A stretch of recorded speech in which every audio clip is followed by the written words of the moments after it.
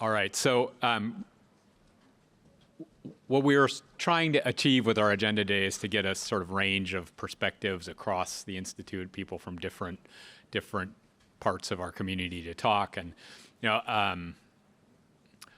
it just seemed to us that, obviously AI has had a big impact on how people code and how people speak. But like one of the areas that just seems like it's most sort of impacted is writing. And so we wanted to ask one of our writing instructors, somebody from our writing department. We don't really have a writing department, but we have a kind of an interesting program. So our next speaker is Michael Trice, and he's an instructor, a lecturer, I guess, in our, it's called our RAP program, Writing, Rhetoric, and Professional Communication, I see.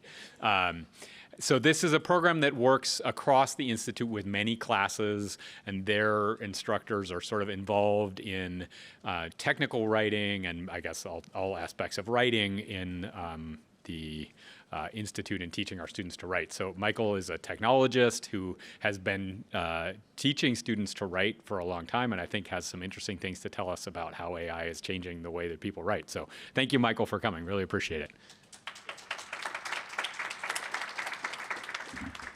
Thank you, Sam, for that. That was a very nice introduction. I am going to reintroduce myself because I'm kind of curious. I'll ask my audience a little bit. Who has taught a communication-intensive subject here at MIT? Okay. And who has taken one? All right. So I've got about a third of you who have any idea as to who I am. So this slide is important. All right. So I do work in RAP, which is Writing, Rhetoric, and Professional Communication. As I told Sam, you dropped the C.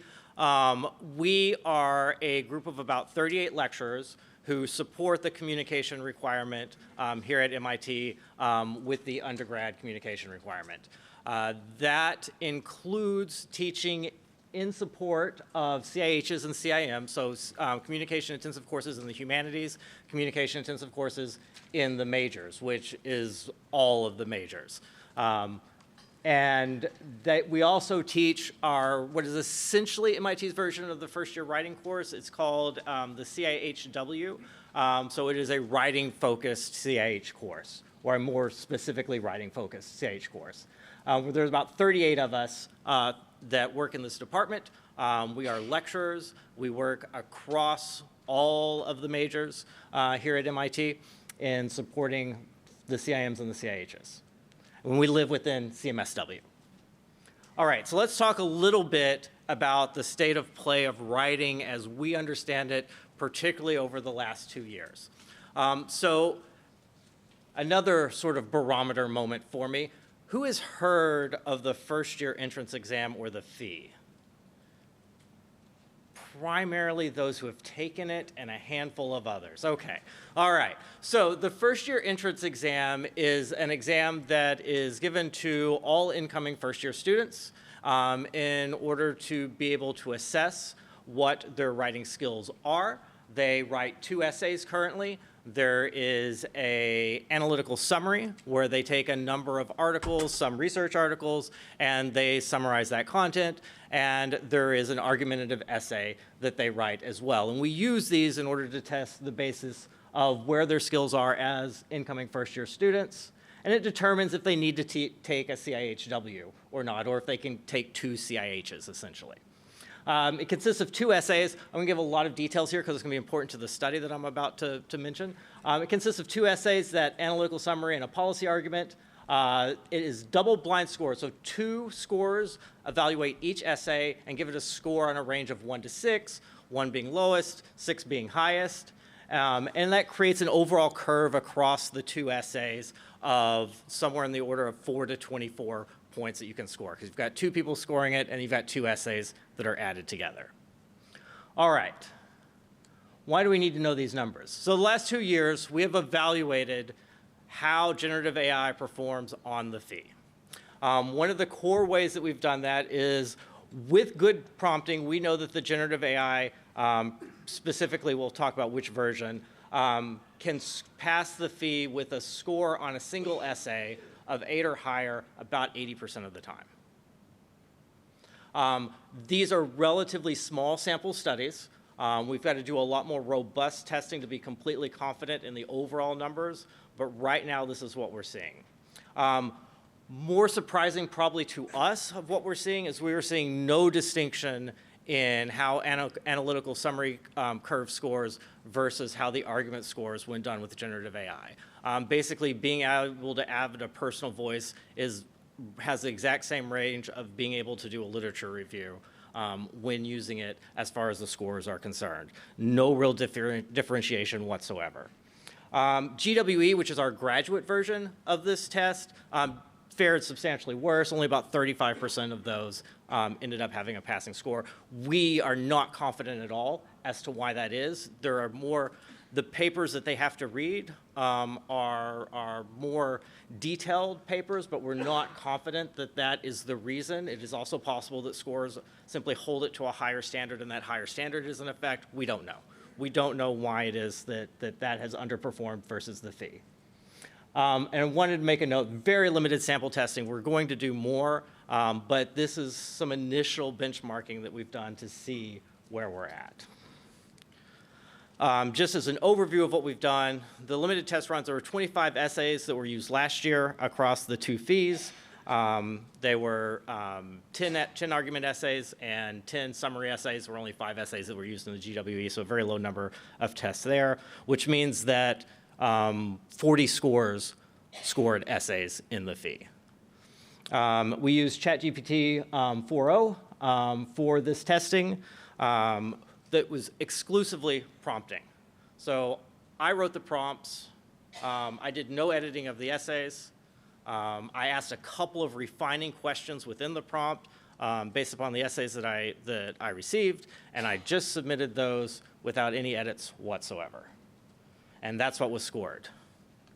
I got to opt out of those scoring. So there's no direct human editing. Prompting, while basic in instruction, involved significant fee expertise. I mean, I know what we're looking for in the fee. So it was a best case scenario in regards to the prompting and asking specifically for ChatGPT to do what we wanted it to do. So it was a little bit of a ringer in that case because we wanted to know at best case scenario what was possible. So we are at a point where this frames a lot of what I'm going to talk about in how we're approaching writing at this stage. The subscription version of most of these models is relatively on par with a first-year college student. And that is it's a tricky situation to be in because we have some suggestions that it's nowhere near on par with what we'd expect of a first-year graduate student. So everything in between is still something that has to be taught to students, and yet they could come in getting passable marks as first-year students. And that is a very tricky position to be in. It's very, very tricky to design assignments and to trust assessment. And I think that one of the things that we'll talk a bit about, particularly from the standpoint of a lot of my colleagues, is how do you trust your assessment? How do you believe that you can see when something is generative AI or not? We'll talk about how that has moved a little bit in just a minute. So what do we do? I mean, there's all sorts of discussions that I've heard in SHAS broadly and elsewhere on campus. You know, do we go back to blue books? Do we do time testing? Do we add an oral component, a visual design component? Is it just sort of acceptance and guidance on what appropriate Gen AI use might be?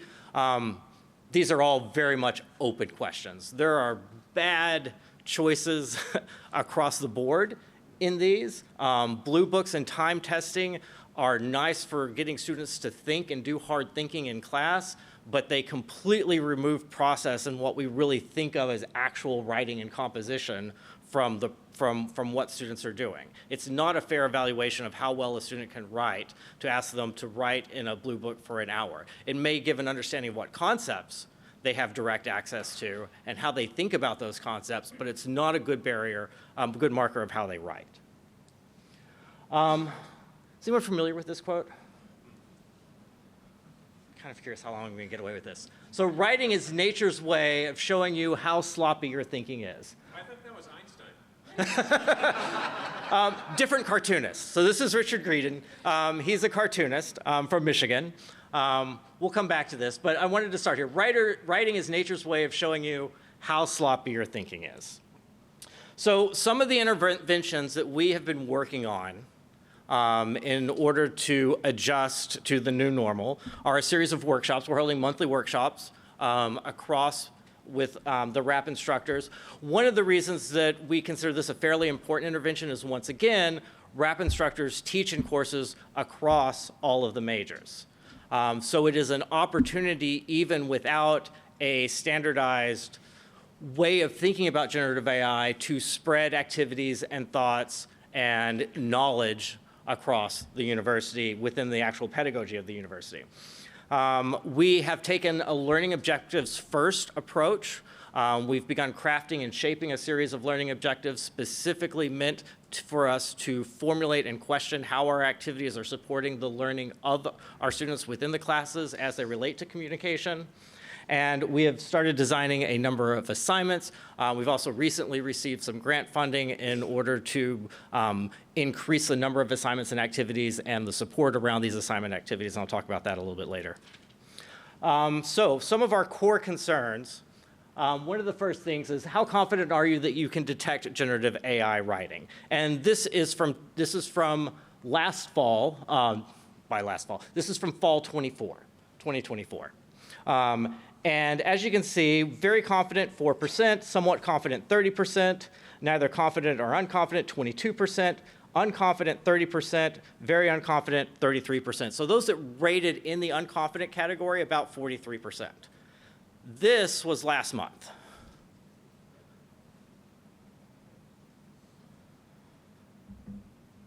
So we see no very confident. We see a big shift from very unconfident to somewhat unconfident of about 45%, but mostly what we're seeing is a shift into somewhat confident and in between. So an acknowledgement amongst my colleagues that there has been significant improvement in what we're seeing, particularly at the undergraduate baseline of what's being written, and a general understanding that while there are markers, there are ways to sort of, if a student is really, if someone's really lazy about their output, sure, there are signs that you can look at. But if anyone puts the base level of effort, particularly the kind of effort that we generally expect from our students, then it's going to be very difficult in order to detect.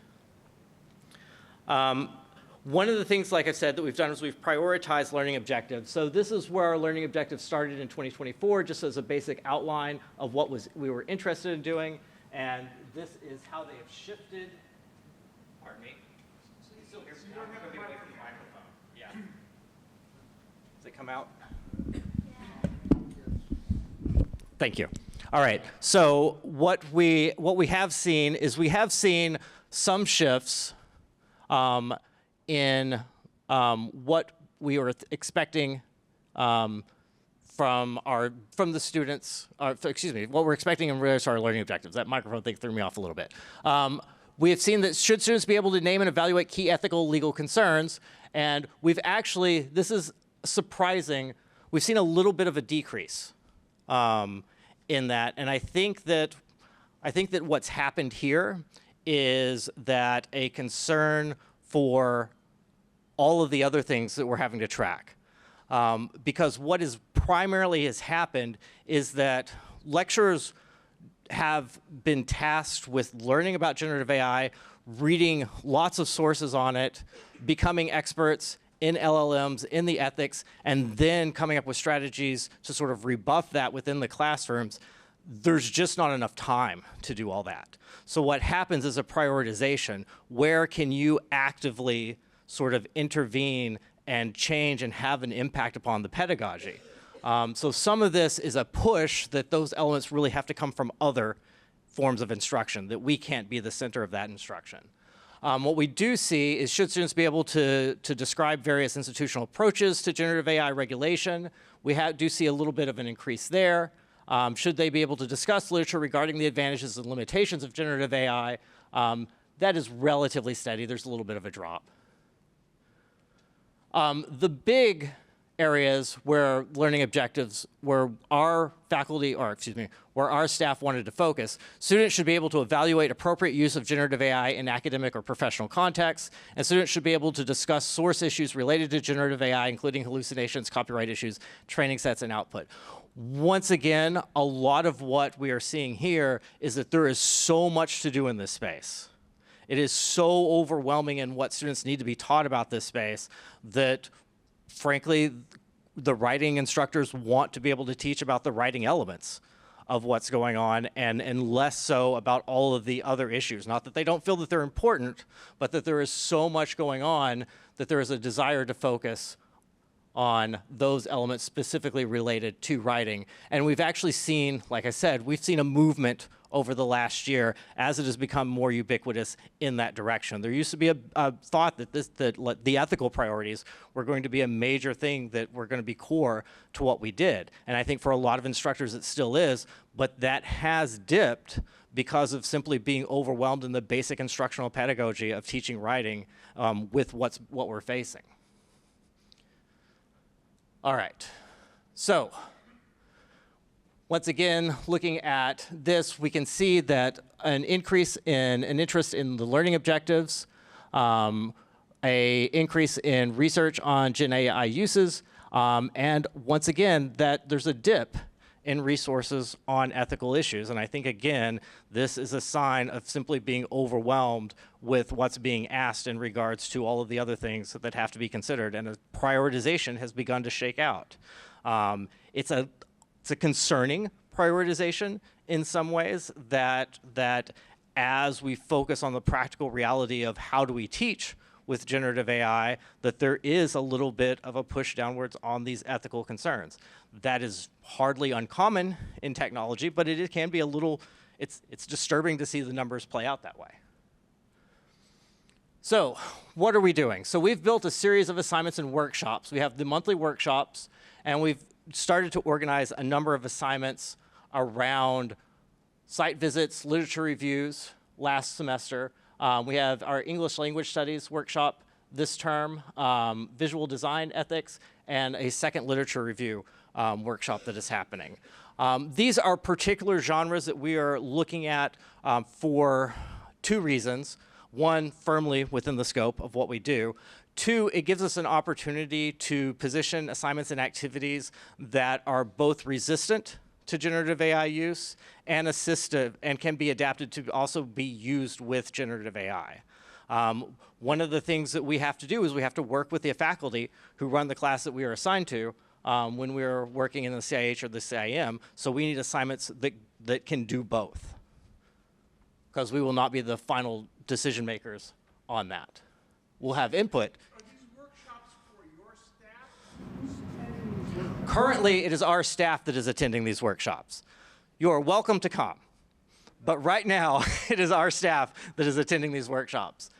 We will post and make them more widely known, but right now it is our staff. All right, so what are we focusing on when it comes to activities and assignments right now? Primarily what we're focusing on is what can be seen. What does the machine see? What can be comprehended? I don't know how this is comprehended, but this is what PowerPoint suggested, and the theme of the talk just seems so appropriate that I just kept it. And what can we be thinking? What should be thinking? What should be comprehension? So one of the things that we've really looked at is what type of writing has evidence that the models simply won't have a lot of access to. Museum reviews, asking students to do MIT museum reviews, asking them to do reviews of the gym or the cafeteria. In the CIHWs, we have some opportunities to do, public-facing work along those lines.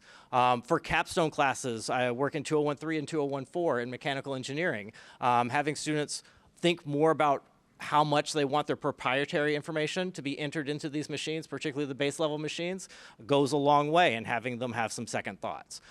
So at designing activities that think hard about what the models can see and what the models can't see has been a big factor of what we're doing. What can be comprehended? So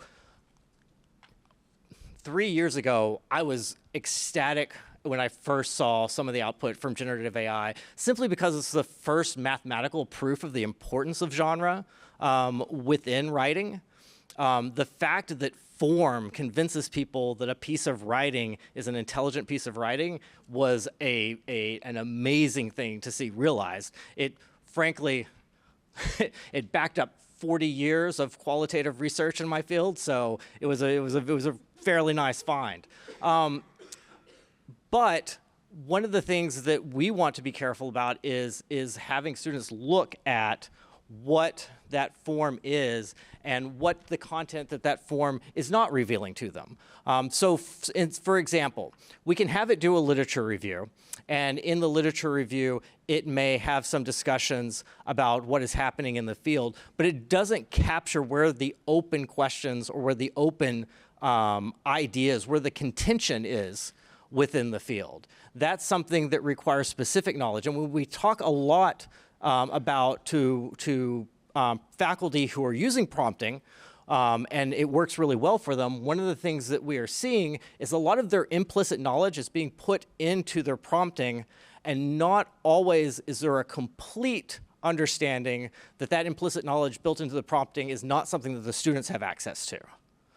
So working through that reasoning and focusing more on teaching that reasoning and how that reasoning aligns with the genre is a major part of what we're working on. Does anyone know this quote? If you're thinking without writing, you only think you're thinking. Is anyone familiar with Leslie Lamport? Couple of people. Okay. In his talk, where he gives this quote, he actually refers to Greedon's previous quote. So we have a very successful computer scientist and Turing Award winner who is citing a cartoonist. Found that interesting.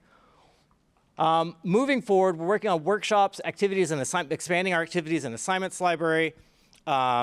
We have some visiting expertise. We have a lecture series coming in of 3 lecturers, one this May and 2 visiting faculty from other universities this May and 2 in the fall who will be speaking on composition and generative AI, as well as a corpus study that we're piloting in 2671 and 6180.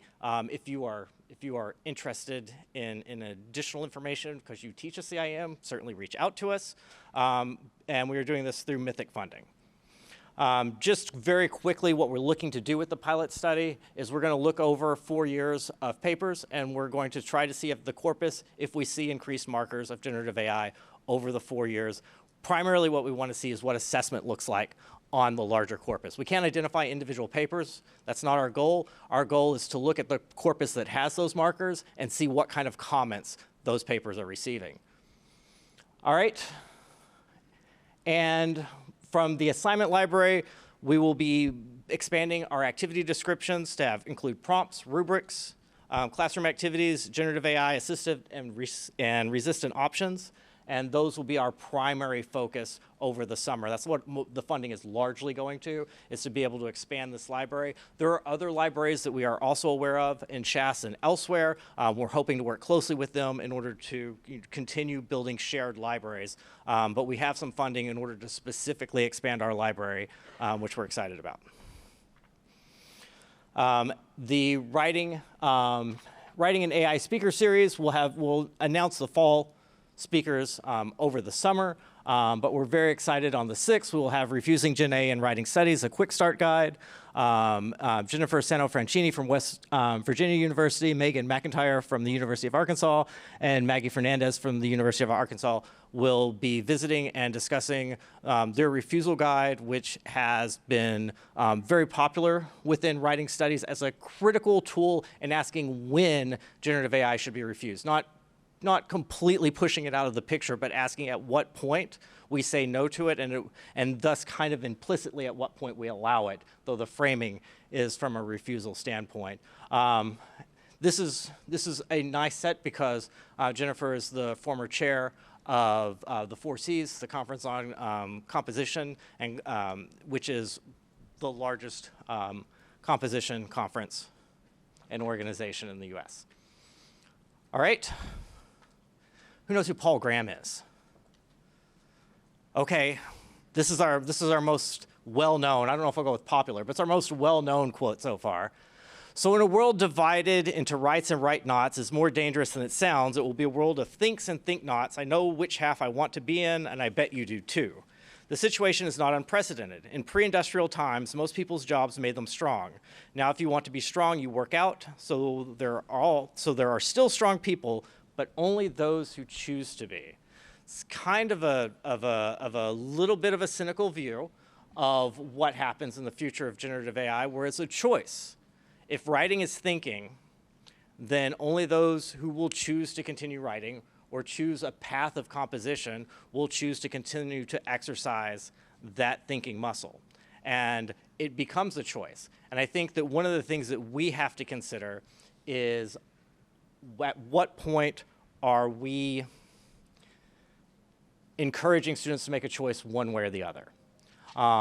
Not coming down on either side inherently in this talk on that decision, but critically thinking about how our learning objectives, how our activities, how our assignments, how our classroom model is pushing them in one way or the other, sometimes in unpredictable manners. The Blue Book will convince students to think critically in that moment, but also does it train them to hate writing? So there are complicated questions and tensions here about how we address these issues. And so the story on these quotes is that Paul Graham, co-founder of Y Combinator, quotes Lamport within his blog on Write Knots and Think Knots, which I recommend giving a read. It's a very nice blog. Will really hit home to a certain type of student very, very well. And Lamport quotes the cartoonist in his speech on the power of thinking and writing. And that connection, that kind of building and transfer of an idea across audiences, across purposes over time is something that requires a lot of close reading and a real ability to understand and to write. And that's the type of thinking and that's the kind of skill that I think that Graham is talking about here. And it's something that at the very minimum, an institution such as MIT needs to protect. If we're going to turn out educated students, we need to turn out students who have the ability to know how to consistently exercise. And to some degree, that also says we have to come up with creative and interesting ways to get them to exercise, because working out is a pain. And if they can do it an easier way and they don't see the repercussions of the easier way, then there's little blame that we can spread for them doing it the easier way if they don't see the value in doing it the other way. And we have to come up with processes, with assignments, with activities, with learning objectives that teach the value of thinking. I'm going to just leave this one here. I'm not going to tell the story of Phaedrus at this point because I'm going to run out of time. So in order to be able to have questions, I'll happily go into a long explanation of how Phaedrus applies to writing and what Plato and Socrates, but probably Plato, thought of writing. But thank you very much.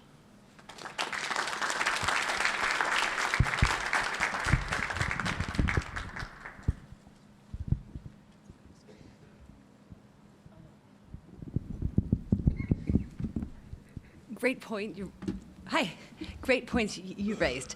Question for you. In terms of having people learn how to write with AI, is there work to be teaching students how to do it versus not using it and then doing it? Like actually teaching how to make yourself think but still use AI? Or to have them write in a subset of AI? So if you're going to give them a test, stick them in a place where they have no access to AI but a small subset. Yeah, I don't think that we can rule out the necessity of teaching students to write with AI. It's like for now. How to actually do that in the classes? In some classes, yes. I think that there is going to be a lot of diversity among instructors about what they want to do pedagogically. But yes, there are going to be classes where it is going to be appropriate to teach prompting and appropriate prompting and how to use prompting in a way that still enables thinking. Right. I'm wondering how to actually, that's a great idea, but like how to actually operationalize it. Like a very, do you have a list of things that we could actually do? So, like I'm very like, okay, how do we do it tomorrow? Or maybe I'm in the very summer conscious- project that you're going to have. I would say that, I mean, so what I would do by way of sample, one of the things that I have done, so taking the museum reviews as an example, is encouraging students to use ChatGPT in order to write a prompt, introduce evidence, and have it write a museum and see what's missing. Compare it to their written example in order to see the elements that are missing and the elements that are present. Frankly, it's also a nice way of teaching cohesion. A lot of the times, the output from a particularly well-written sample from ChatGPT will be more cohesive. It will have elements of syntax that you can show them, this is why this looks good, so now you can go back and do that with yours. Thanks. Yep. Maybe one more question over here.